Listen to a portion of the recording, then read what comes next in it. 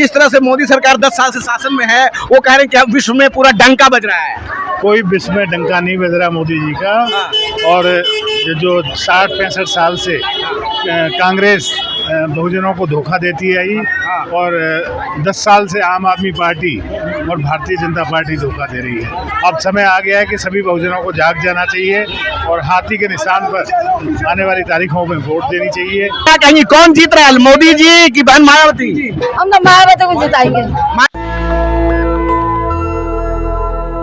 किस प्रकार से जो है बसपा के लोग जो है रैली कर रहे हैं कि इस बार का जो चुनाव है यहाँ हम ये जीतने जा रहे हैं। यहाँ पे बासुरी स्वराज है भाजपा की, तो दूसरी तरफ है राजकुमार आनंद। तो हम यहाँ कुछ लोगों से बात करने की कोशिश करेंगे, बात करने की कोशिश करते हैं। भाई साहब थोड़ा मैम क्या कहेंगी, कौन जीत रहा है इस बार? हम तो मायावती को जिताने की कोशिश कर रहे हैं। भाजपा के लोग कह रहे हैं कि जिस तरह से पिछले 2 बार से हम लगातार सातों की सातों सीट जीत रहे हैं, इस बार भी हम सातों की सातों सीट जीतेंगे। हम कोशिश मायावती को लाने की करेंगे।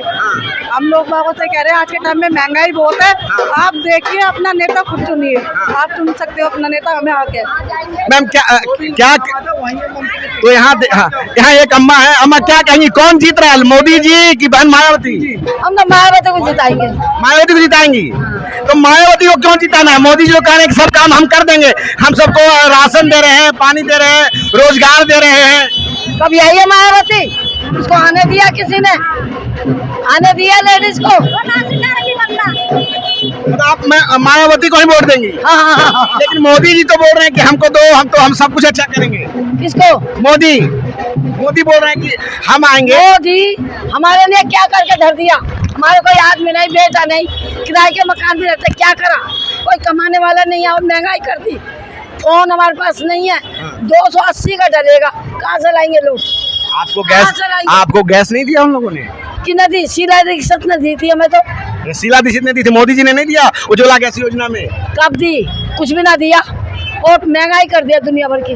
अच्छा, अब पेंशन योजना जो दिया जाता है, जो वृद्धा अवस्था जो है आपकी उम्र की महिलाओं को, वो ना पेंशन देते हैं ना? हाँ, अगर उसके घर में होती तो उसको भी मिलती। ये तो मिलेगी, ना मिले तो मर्जी, कमा के खाया हमने, कमा के। मोदी जी कह रहे हैं कि हमारा आदमी 32 साल के तब विधवा हुए थे, कमा के खा रहे हैं। पेंशन योजना का बुढ़ापे में अब बंद है। मोदी जी कह रहे हैं कि हमने सभी महिलाओं को पेंशन दिया है घर में। मोदी साहब आया 15 साल पहले, हमारा आदमी मरे 36-37 साल हो गई। 30 साल के तब जब विधवा हुई। अच्छा, हमने कमा के खाया है मेहनत से। एक बात कह रहे हैं, मोदी जी कह रहे हैं कि हमने राम मंदिर बनाया है, तो राम मंदिर में जो है देश बहुत आगे बढ़ेगा, हमने धारा 370 खत्म किया। तो आपको नहीं लगता कि अच्छा काम हुआ है? तो अच्छा काम किया है, पर ये महंगाई करे ये तो हमें बुरा लगता है। सिलेंडर कितना महंगा आता है, हम जैसे कहाँ से खरीदेंगे?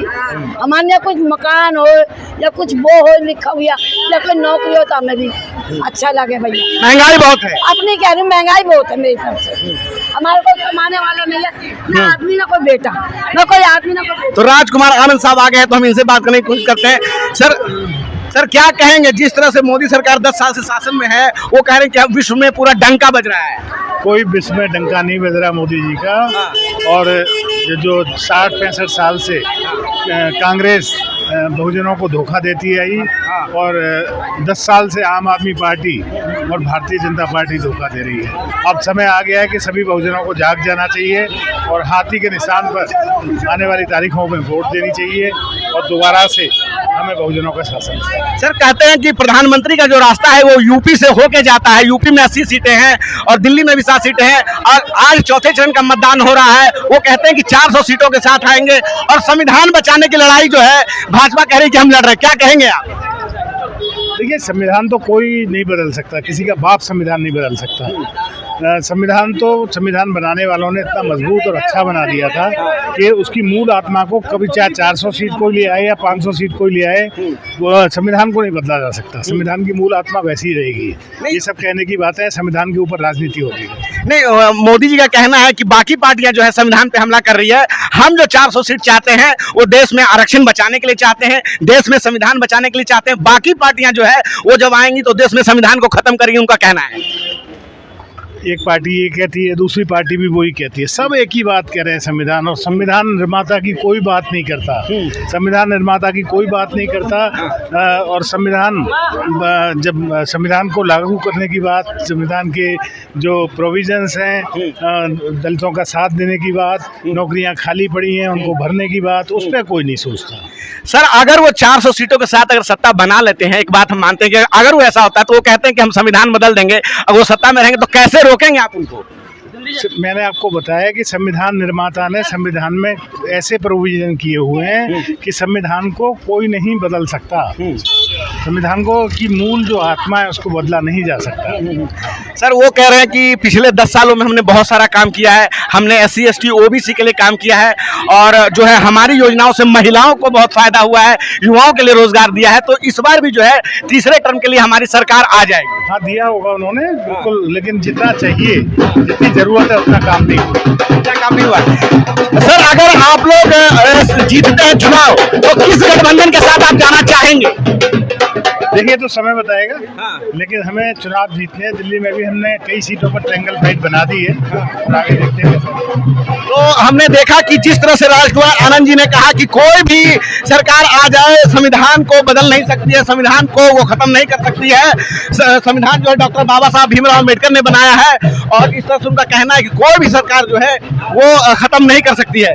तो और अभी जो राजकुमार आनंद, यहाँ देखिए कि किस तरह से जो बसपा के कार्यकर्ता अपने झंडे के साथ राजकुमार आनंद यहाँ आ चुके हैं, और ये नई दिल्ली का क्षेत्र है, और नई दिल्ली में राजकुमार आनंद का बहुत ही स्वागत जोरदार तरीके से चल रहा है। किस तरह से फूल मालाओं की बरसात हो रही है उनपे, और बहुत ज्यादा संख्या में हम महिलाएं हैं, युवाएं हैं, और भी हर उम्र के जो लोग हैं यहाँ पे मौजूद हैं, और सभी लोग जो है उनका स्वागत करने में लगे हुए हैं।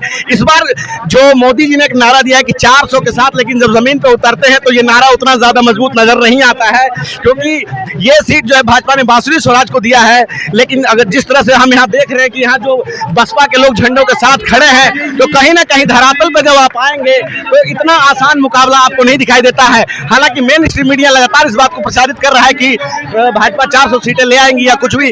हालांकि चुनाव ये शुरू हुआ था 400 की सीटों के साथ, लेकिन आज जब चौथे चरण का मतदान हो चुका है, लगभग जो है मतदान की प्रक्रिया पूरी होने वाली है, तो लगता नहीं है कि 400 के नारे के साथ जो है भाजपा आने वाली है। क्या है आपकी राय? आप अपनी राय पूरी हमें कमेंट बॉक्स में जरूर बताएं। रंजय कुमार, कैमरामैन आशीष रात, नेशनल दस्तक। धन्यवाद। नेशनल दस्तक की आपसे गुजारिश है कि अगर इसको बचाना चाहते हैं तो नेशनल दस्तक को सब्सक्राइब करने के लिए रेड कलर के सब्सक्राइब बटन को दबाएं, फिर बेल आइकन की घंटी दबाएं। नेशनल दस्तक को बचाने के लिए बहुत जरूरी है कि हर खबर को शेयर करें, लाइक करें, कमेंट जरूर करें।